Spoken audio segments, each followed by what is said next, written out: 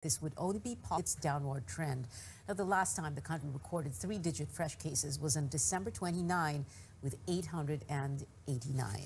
We're hoping by March, babalik kayo sa 3 digits. Basta tuloy-tuloy lang pagbaba ng bilang ng kaso at walang mangyari mga spikes or major upticks, ay by March, tingin natin ganun na rin yung sitwasyon natin sa buong bansa. Now, Octa stresses it is important for the public and the candidates for the elections to follow minimum health protocols, especially during campaign activities. The government is confident a stay order against COVID-19 vaccination rollout for kids will not succeed. Officials say the COVID-19 vaccine is far different from the Dengvaxia controversy years ago. Our correspondent Stanley Gahete has more. Vaccine czar Carlito Galvez says the current COVID-19 vaccination rollout for kids aged 5 to 11 will enable the holding of face-to-face classes soon. As a general rule, ang ano po namin nila sa Kliling at sa ITF, as much as possible, kailangan talaga yung makakapasok ng face-to-face ay yung mga bakunado. Yung walang vaccinated, ibig sabihin doon sila sa online learning. Kinakailangan lang protektahan natin yung mga bata. Pero pagka hindi fully vaccinated ang mga estudyante mo, ay hindi kita papayagan. On Tuesday, petitioners argued their points before the Quezon City Regional Trial Court on their plea for the issuance of a temporary restraining order against the inoculation program for the age bracket. But Galvez believes the petition won't succeed. Yung TRO hindi nag-prosper. Kasi nakikita ng lahat, even the judges, there is a higher good yung vaccination ng mga young children. And there is no compelling reason for the TRO to proceed.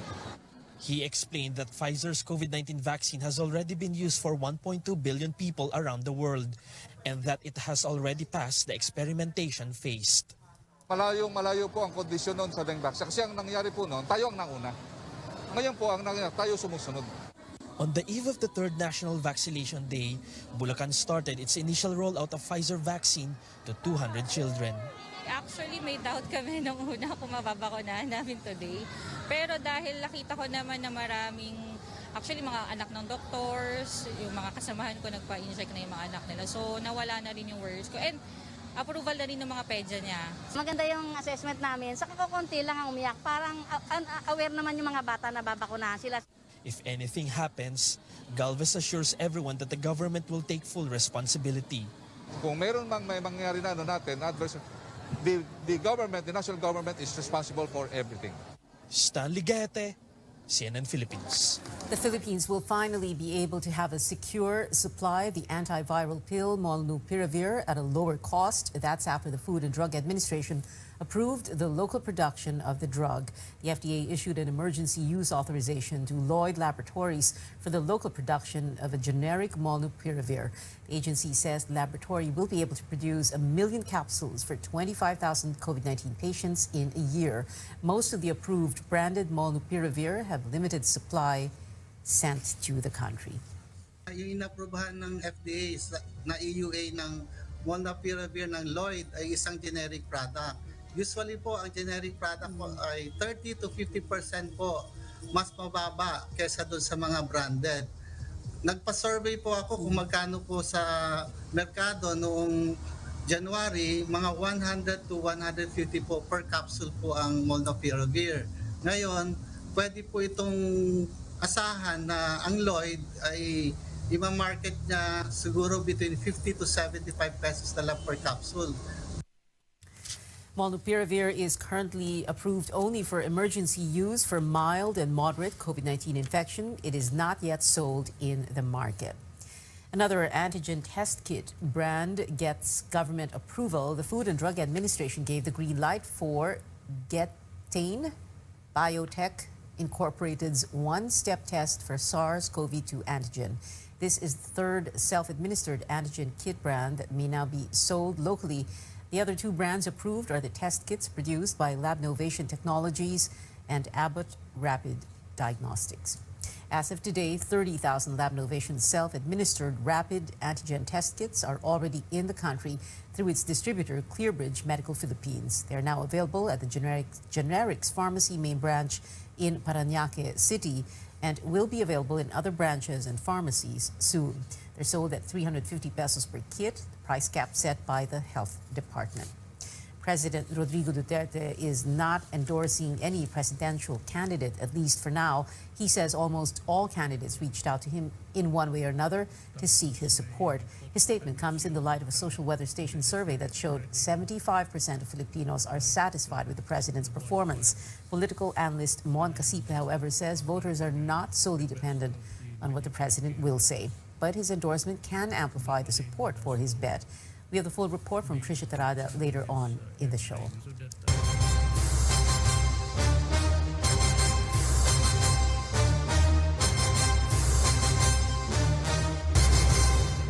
Straight from their proclamation rallies yesterday, 3 presidential candidates court voters in different parts of the country. Vice President Leni Robredo still in Bicol, Senator Manny Pacquiao in Sarangani, and Labor leader Leody de Guzman still in Quezon City. Our Anjo Alimario takes us to day 2 of their campaigns. It's a different story for Vice President Leni Robredo in Sorsogon in 2016. She came close to sweeping the entire Bicol region except here. Vice Presidential Betchis Escudero ruled the province at the time with more than 200,000 votes. Now Governor of Sorsogon, Escudero has yet to endorse anyone for the highest post, but he's now part of Robredo's Senate slate. But if this packed gymnasium of pink-clad supporters is an indication, Sorsogueños may have a change of heart for a fellow Bicolano. Robredo appeals to voters to discern against false promises. Pero yung 2022 elections, magdidesisyon anong klaseng politika sa kapamamahala ang gusto nating mamayani dito. Dahil ang aking pong ino-offer sa inyo, ibang-iba naman sa ino-offer sa iba. Ang aking pong klase ng politika, pinakita ko kung paano ako as a public servant. Hindi pinagsisilbihan, pero siya yung naninilbihan. Senator Manny Pacquiao says he can provide homes for all poor families for free if he becomes president.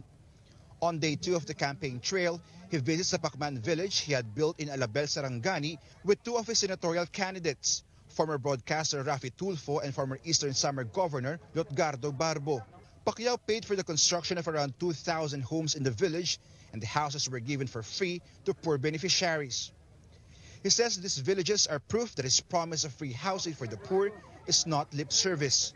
Pero pag tayo ay pinalad at pinagkatiwalaan ng taong bayan, lahat ng pamilya na walang tahanan, gusto ko mabigyan ng tahanan. Pag nandyan na tayo sa gobyerno, magagawa na natin ang dapat natin magawa. Katulad ng pagbibigay natin ng pabahay sa lahat ng mga pamilya na walang sariling tahanan. Meanwhile, Labor leader Leody de Guzman says he is satisfied with the outcome of his proclamation rally in Quezon City despite possible sanctions from COMELEC. The poll body said the rally had no permit, therefore a violation of election guidelines. De Guzman says his legal team is still coordinating with the COMELEC about the permit as well as possible sanctions against him.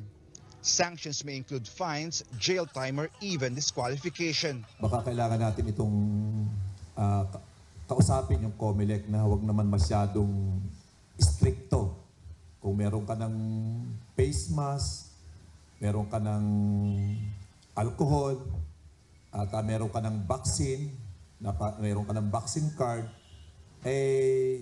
ganun pa rin yung ipatutupad na parang patadaanin ka halos sa butas ng karayom para makapaglunsad ng kampanya. Siguro dapat ay rekonsidera at medyo luwagan yung mga policy. Anjo Alimario, CNN Philippines.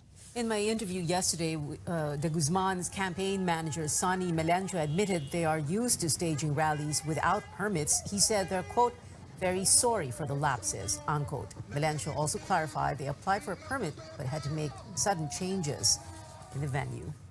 For more stories ahead, presidential candidate Senator Ping Lacson continues to seek support, this time from vote-rich Quezon City, while Manila Mayor Isko Moreno takes on Rizal Province. And longtime Pinoy Big Brother host Tony Gonzaga makes a voluntary exit from the show after backlash for hosting the proclamation rally of presidential candidate Bongbong Marcos.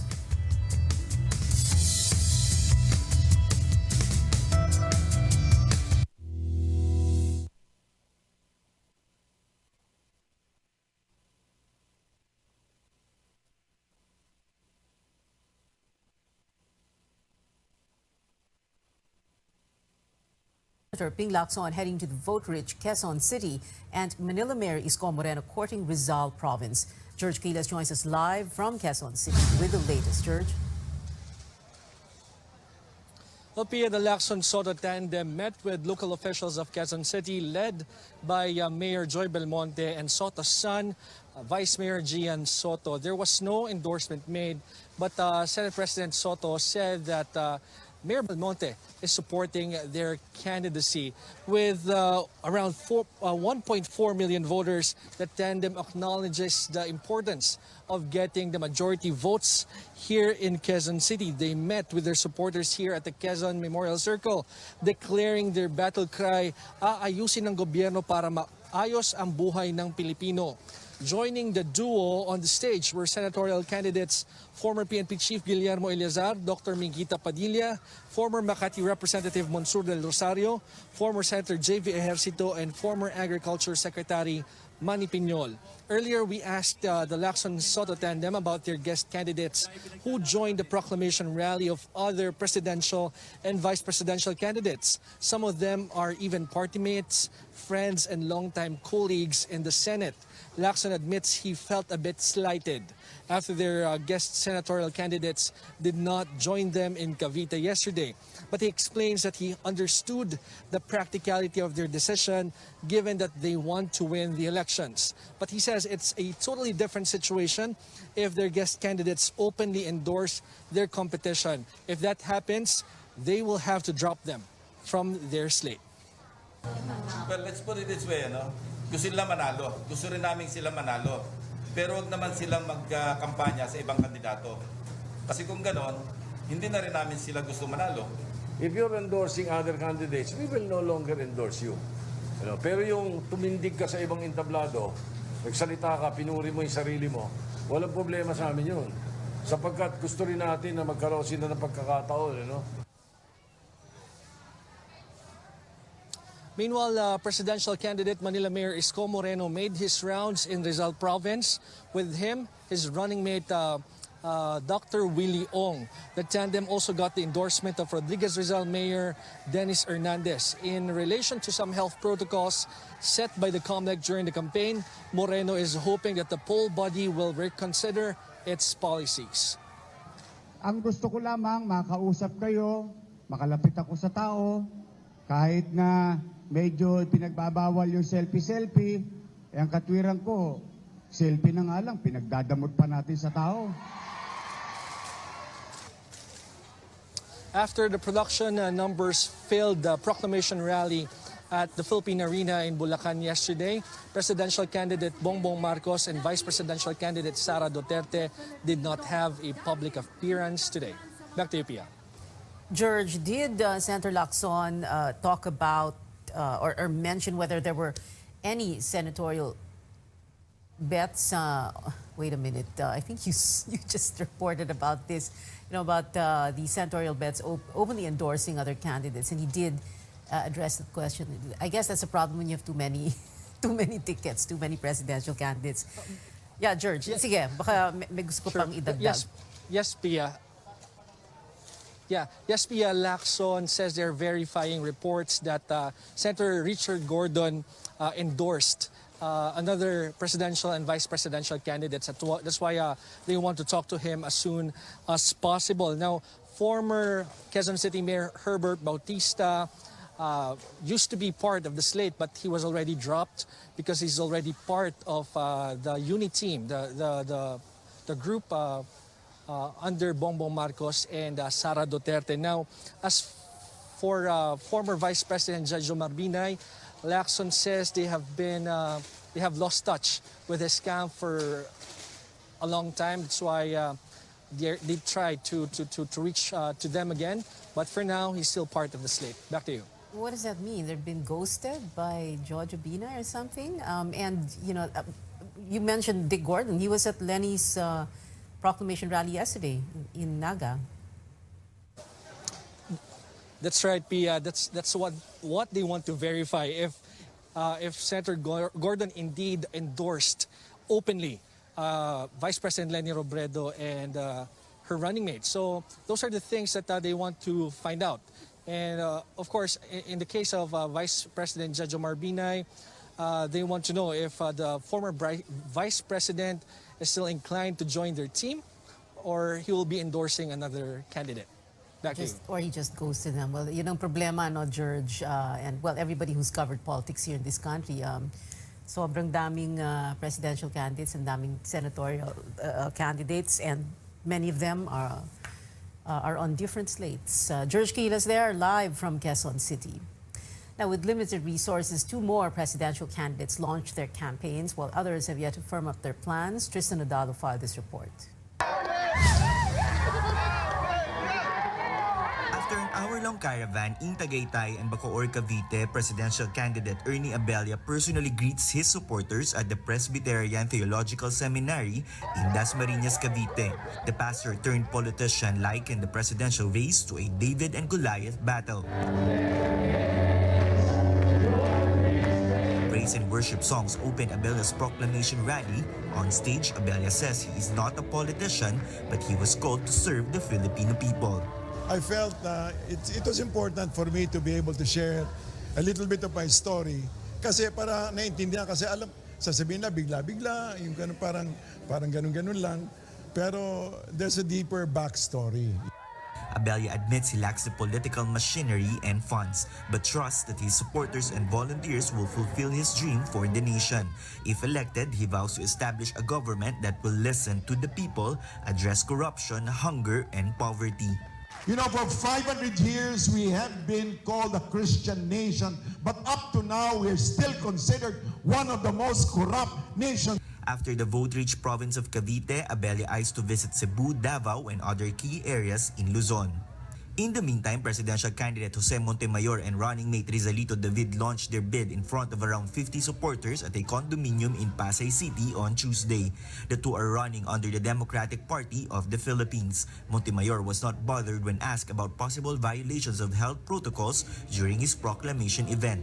Mag-quote kayo ng isang scientific study really proving that wearing face mask is directly related to COVID infection. Wala po. Hindi kayo i-encourage. No, wag magsuot ng face mask. Kahit yung nanay at saka tatay nung bulag, tanungin mo siya. Matanda na siya. Diba? So, well, gusto ko sana naka-face mask ang lahat. Presidential candidate and former Defense Secretary Norberto Gonzales has yet to announce his plans for the campaign period. No fixed date yet on a proclamation rally, but he has attended the first COMELEC-sponsored e-rally. Another presidential aspirant, Faisal Mangundato, also attended the e-rally. His team has yet to give the media a schedule of campaign activities. CNN Philippines visited his headquarters in Quezon City, but there were no scheduled activities at that time. Tristan Odalo, CNN Philippines. The People's Reform Party, founded by the late Senator Miriam Defensor Santiago, officially adopts presidential daughter Sara Duterte as its vice presidential candidate. The Davao City Mayor graced the inauguration of the party's campaign headquarters in Quezon City this afternoon. In 2016, Santiago ran for president against Sara's father and in tandem with former Senator Bongbong Marcos. President Duterte refuses to endorse any presidential candidate, even after some hopefuls supposedly came to him asking for support. But that is as the chief executive again earned a very good satisfaction rating in the latest social weather station survey. Trisha Terada has that story. Hours before the official campaign period kicked off, President Rodrigo Duterte clarified that he is not supporting any presidential candidate for now. He said almost all candidates have reached out to him in one way or another for his endorsement. I may, in the end, if I see that it would be my advice and maybe endorsement would help kung kailangan. But at this time, I am saying that I'm not supporting anybody. Gusto ko kasi maglabas na puro ko kaibigan, unless there is a compelling reason really for me to change my mind and decide to support a candidate. But until now, wala akong nakikita na danger. Political analyst Mon Casiple says the president's endorsement is significant, but just like in the past administrations, he says even that might not make much of a difference for a presidential aspirant's battle. Depende yan kung ano yung popularity pa na naiwan sa presidente. Kasi ang naging pattern sa atin, mula pa nung kay Marcos wala pang presidente na nagkaroon ng ganong klaseng power ng endorsement. Lahat ng mga na-endorse before, except siguro yung in-endorse ni Cory, lahat ng in-endorse ng mga sitting president natalo. A recent SWS survey shows 75% or majority of Filipinos are satisfied with President Duterte's performance. Malacanang gratefully acknowledges the public for its continued trust and support. Ikumpara natin si Pangulong Duterte at this point na towards the last months of his administration compared to previous presidents at this point also na towards their respective last months in their administration. Si Pangulong Duterte po ang kung hindi ako nagkakamali ang highest net satisfaction rating. Despite the high satisfactory rating, Casiple says voters are not solely dependent on what the president will say. They're also looking at the candidates. The president's bet can, however, benefit from the outgoing leader's solid supporters. Ang record kasi natin ng lahat ng mga sitting president, naging negative basically ang performance sa mata ng tao. So, ang problem palagi dyan, once na nag-endorse siya ng susunod sa kanya, naging negative generally ang labas. Kaya hindi necessarily good yung endorsement In 2019 midterm elections, President Duterte's top senatorial bets made it to the list. But Casiple says their victory doesn't necessarily mean it would be the same for the chief executive's presidential bet. Besides, Casiple says the voters are also looking at surveys. For now, he says it's too early to judge since a lot can still happen in the run-up to May 9th. Trisha Tarada, CNN Philippines. The National Bureau of Investigation presents a person of interest in the alleged death threat against presidential candidate Bongbong Marcos on TikTok. The man showed up at the NBI hoping to clear his name as he claims his personal information was used to create the TikTok account that posted the threat. He agreed to submit his gadgets for forensic investigation and undergo a lie detector test. He believes the incident could be linked to his support for Marcos's rival, Vice President Leni Robredo. Hindi po ako natatakot kasi alam ko sa sarili ko na malinis ako, wala akong ginagawa. Siguraduhin ako, nagsasampa ako sila dahil sila nila yung pagkatalo. We would like to make it very clear that as of the moment, as we speak, Mr. Kaport is a person of interest in this investigation. He is not an accused yet. Investigation is being conducted. Last month, authorities flagged a comment on TikTok that said there have been daily meetings about a supposed plan to assassinate Marcos. A back-to-back recognition with Filipino-American Miami Heat mentor Eric Spoelstra making it to the top 15 best coaches in NBA history. And global superstar Adele sweeping the 2022 Brit Awards. Details when we come back.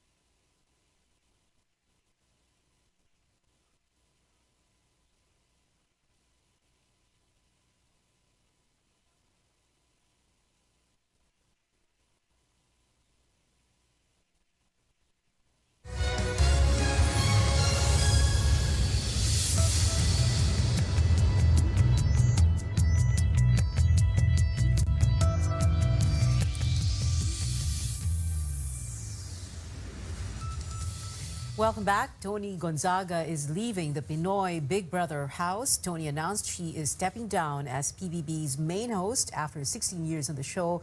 The news comes a day after the actress went trended on Twitter for hosting a Bongbong Marcos's proclamation rally. Now, this was met with mixed reactions, with some netizens criticizing her for introducing a lawmaker who went against the renewal of ABS-CBN's franchise. Today, #UnbotheredQueen Tony G also entered Twitter trends. PBB management issued a statement thanking Tony and saying they respect her decision. Neither the show nor Tony has stated a reason behind the former host's exit. In sports, the quest for gold is not over yet for the country's first Olympic champion. In the 31st Southeast Asian Games in Hanoi, Vietnam this May, Heidelin Diaz will defend her title in the women's 55-kilogram category. But first, Diaz must hurdle next month's national weightlifting qualifiers. In an event honoring the weightlifter at the De La Salle College of St. Benilde, Diaz shared she's slowly regaining strength after testing positive for COVID-19 last month. After 2 weeks of heavy training, medyo lumakas na ako. Medyo naka-recover na after COVID, after holidays. Mas okay yung nandun na makita nila. Ito pala si Ate Heidi, kasama namin dito sa paglaro sa SEA Games. So kung nagawa niya sa Olympics, kaya din namin. So habang naglalaro ako, it serves an inspiration sa mga athletes. Another Pinoy in sports got high praises today. The NBA named Phil-Am Eric Spoelstra one of the top 15 greatest coaches in history. Spoelstra has been the Miami Heat's head coach since 2008, leading the team to 5 NBA Finals appearances and 2 titles. Also in the list are Phil Jackson and Greg Popovich. Spoelstra is currently second to Popovich of the San Antonio Spurs as the longest tenured NBA head coach. The Filipino-American is coaching Team Durant in the All-Star Game on February 21, Philippine time. Well, speaking of stars, the winners for this year's Brit Awards are out, and leading the pack is Adele. The English singer nabbed all but one of the 4 categories she was nominated for. Her wins include Artist and Album of the Year and Silk Sonic, the R&B duo behind smash hit Leave the Door Open, took the prize for international group, beating acts like BTS and ABBA. You can check out the full list of winners on cnnphilippines.com. And that is it for tonight. Join me again on News.ph at 7 p.m. I'm Pio Ontiveros for Newsnight, where we go above and beyond the headlines.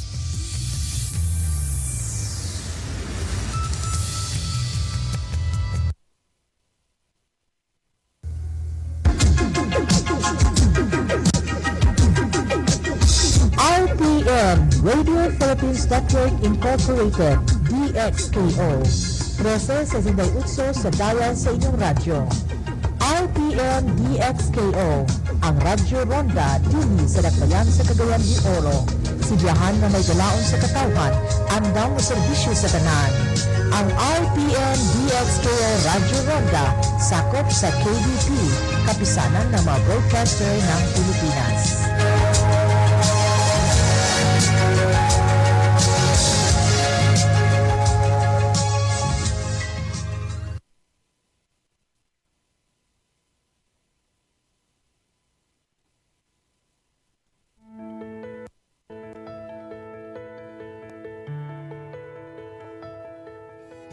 Butterflies in your stomach. Kilig feeling you get when that special person is around and your heart is thumping in your chest. Does this sound familiar? For most of us, that's our heart telling us that we're in love.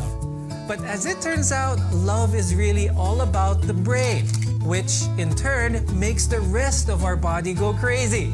Today, we will look at the science of love, from the brain chemicals that give us all those happy feelings to deciding what love means in the context of our relationships. I'm Dr. Freddy Gomez, and our goal here on the program is to help you better understand the care you need and deserve. You're watching MedTalk Health Talk on CNN Philippines.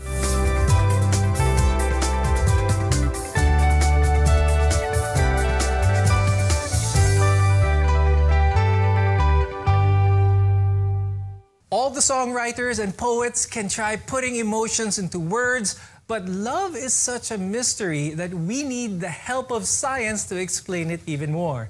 To help us understand our brain on love, let's welcome our guests. With us is Lizzie Ann Puno, who is a counseling psychologist and relationship therapist from the International Counseling and Psychology Center.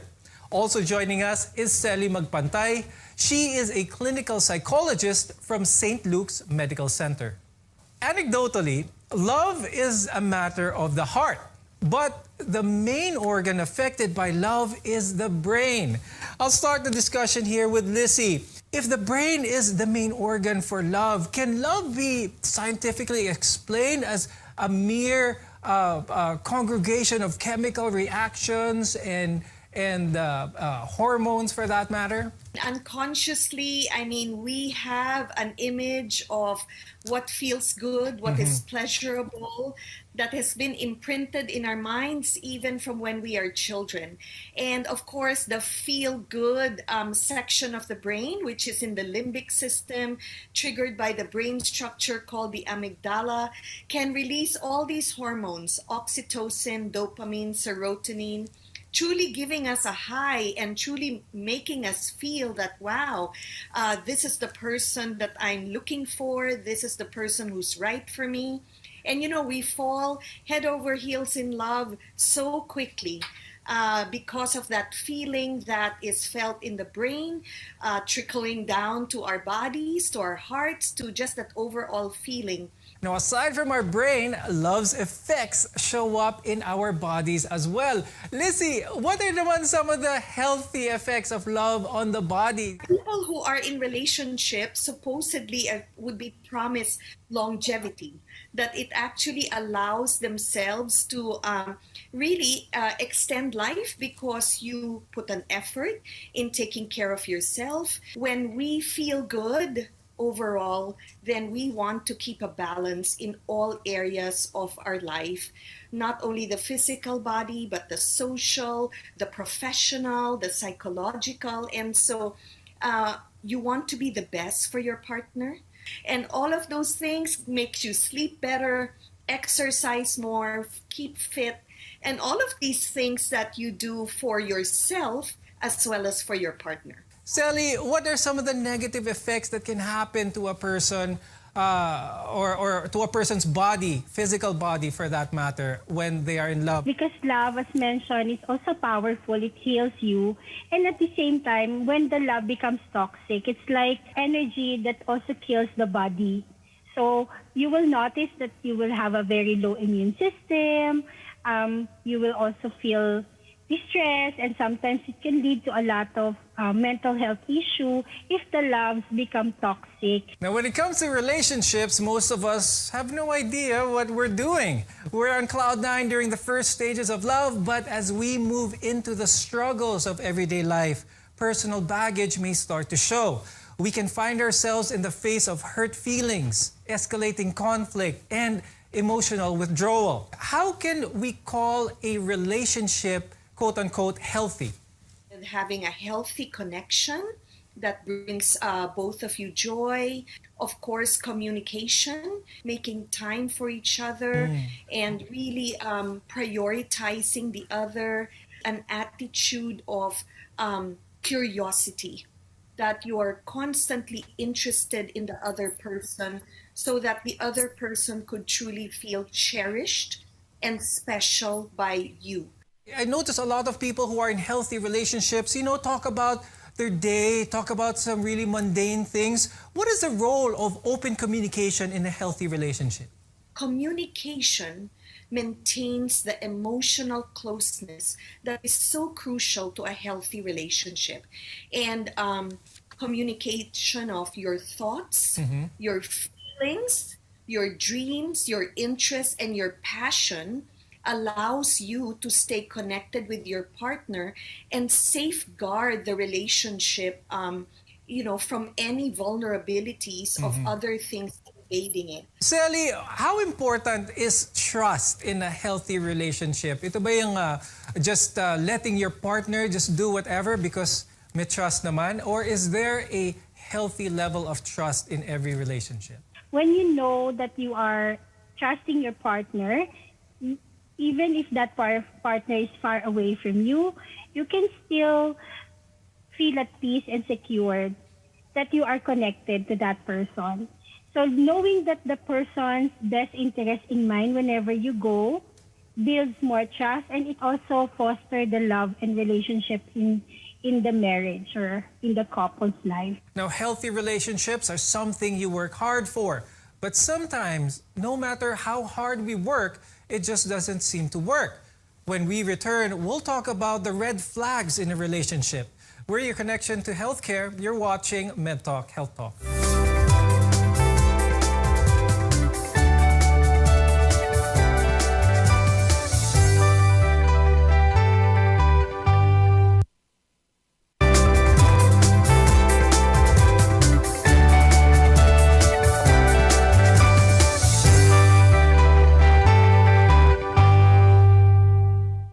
Always told to steer clear of people who exhibit red flags. But what exactly are relationship red flags? And what should we look out for? I'm Dr. Freddy Gomez, and you're watching MedTalk Health Talk. We're together in health. When you're dating someone new, the romance and excitement during the honeymoon phase can be blinding. And because of this, we may not see warning signs. Red flags indicate a reason to cease or back away from a relationship that some might be very clear, but others may not be that obvious. Also, it can take some time for a red flag to present itself in a relationship. Now, Lissy, while certainly not universal, what are some of the common red flags in a relationship? When a relationship with another person is affecting your mental health, in ways that it creates low moods, a lot of worries and anxieties, a lot of conflict that, triggers a dysregulation in your emotions and in your function, then of course that's a red flag. The second one is a change in your personality, the change in your self-esteem. Again, how you value yourself or your sense of worth. And sort of like challenges in communication, in problem solving, that you're constantly stressed and distressed, lonely and isolated. I think this is really important red flags. People who are in challenging relationships are usually the last people to realize that they are in one. Now, I'd like to ask Sally, are these red flags a reason to walk away, or should they be addressed and used to mend a relationship? It depends on the relationship, the extent of the relationship. If it's just a simple misunderstanding, like for example, communication problem, it's better to address it. It's worth saving. But if there's really manipulation, if there's abuse, better not to continue. The line between a healthy and unhealthy relationship can be quickly crossed and difficult to identify, even with signs that may seem obvious to others. When you're in a toxic relationship, it can be hard to see red flags. If you're constantly unhappy and drained from seeing your partner, it can be a sign that something needs to change. Now, Lissy, what makes it so difficult for the people involved to leave that relationship? Well, I think one of the things that I'd like to highlight here would be fear, anxiety, and worry, right? I mean, if you have been together for a long time, familiarity with a person might be better than starting anew elsewhere. And sometimes a toxic relationship actually offers a different kind of security, right? A different kind of safety. And so you're willing to withstand the toxicity because of what you might gain. It's difficult to give up maybe a lifestyle or the years, time that you've invested with one another. And again, just sort of like the memories that you've invested in. So a lot of people hold on. And then, of course, there's that anticipation that what if pwede pa magbago? What if there's still a possibility of change? Sometimes even self-doubt, right? Maybe I'm the one at fault. Maybe I'm the one contributing to the toxicity. So all of those factors can contribute to that. Now, Lissy, what are some of the signs in a relationship that goes beyond not just toxic but abusive na?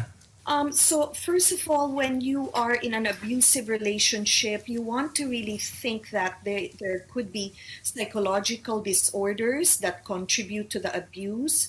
Of course, mental health issues, childhood trauma, personality disorders, that could contribute to one being an abuser. People would have heard, of course, of physical abuse, and there are clear physical signs that the abuse is happening, although sometimes the victim may tend to deny this or hide it from people. But there is, of course, emotional abuse, which is very difficult to discern, psychological abuse, spiritual abuse, financial abuse, and, amongst others. You will actually know, being in this relationship, you are the best person to know what you're experiencing.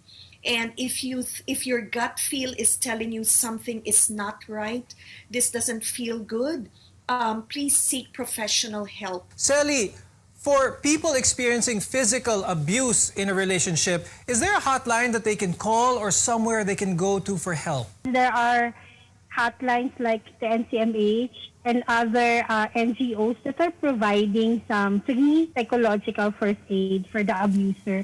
But remember, even though they seek help, it's not easy to get out of the relationship. The context of that is the codependency. They know they are abused in many ways, but cutting the ties of the abuser is a very difficult process, and they need constant counseling in order for them to be empowered to get out of a toxic relationship. Even if your relationship seems healthy, it can be helpful to take a step back and look for ways to make it better. We'll talk about this and more when we return. Your health is our mission. This is MedTalk Health Talk.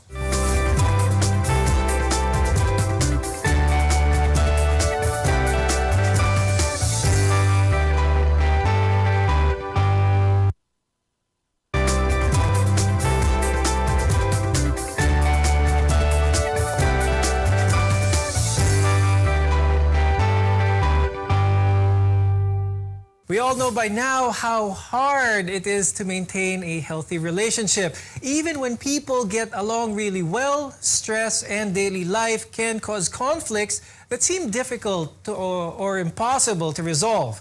I'm Dr. Freddy Gomez, and you're watching MedTalk Health Talk, where your care comes first. Relationship counseling or couples therapy focuses on helping people improve their romantic relationships. While these are often used to address problems, it can be helpful at any stage of a relationship. Lizzie, my question is, what happens during couples therapy? You want to think of couples counseling as preventive. We are preventing negative habits from setting in. We are preventing sort of like conflict from escalating. So couples counseling is preventive. The second thing is couples counseling is psychoeducational. We grow up in different households, so bring in different skills of relating to one another. And so in couples counseling, you're able to learn efficient relationship communication, caring skills that would actually help your relationship grow and be enhanced in a more fulfilling way. And the third thing is couples counseling, of course, is curative, repair work. If you're coming in with some challenges, then of course the therapeutic process can help you a way through. Effective therapy doesn't only depend on the skills and experience of the counselor, but also the willingness of the couple. Now, Lizzie, what are some of the things that we can do to make the therapy more effective? You want to make them feel safe in the counseling room. You want to reassure and normalize the situation that a lot of people go through challenges in life, and that's okay. And really reinforcing that asking for help really reveals strength, courage, and maturity. And it is not a sign of weakness. And if the couple is feeling that this is a stigma, you want to reassure them that, mental health is really one of the more important areas of well-being. Healthy relationships are marked by an ability to solve problems that might pose a threat to the long-term success of your relationship. By being able to analyze a relationship, you can work together to build a more fulfilling one. Now, Sally, what are some tips for building a stronger relationship? I think it starts with knowing your partner more deeply, be more considerate in their needs, like listening, their psychological way of loving, because we have different expression of love. So understanding those different needs psychologically, mentally, and having the right mindset, the same directions in the future will create a better and long-lasting relationship. Lizzie, before we go, do you have any advice or any tips for our viewers on our couples on how they can stay in love? So, love is not only a feeling, right? Because as you know, feelings are fleeting, feelings can change. I just want to share with all the couples out there that love is a decision. Love is a commitment. And when you make a commitment to love someone, really make it your mission, your passion to maintain this love as people are searching for their forever. And there are many things that you can do in order to stay in love, stay connected emotionally, stay loving through daily caring behaviors, constantly communicate through various interests and intellectual compatibility. Show your love and affection through many different ways, and safeguard your relationship for the long haul. This discussion, I'm sure, was very helpful to both singles and couples alike. Thank you very much, counseling psychologist Ms. Lizzie Ann Puno and clinical psychologist Ms. Sally Magpantay, for sharing your expertise on this very interesting topic. Now, the quality of a person's relationship can dictate their quality of life. The term "love makes us stronger" isn't just a cliche. When we know how to heal relationships and keep them strong, they can make us resilient. We want to be your partner for a lifetime of good health. I'm Dr. Freddy Gomez, and this is MedTalk Health Talk on CNN Philippines.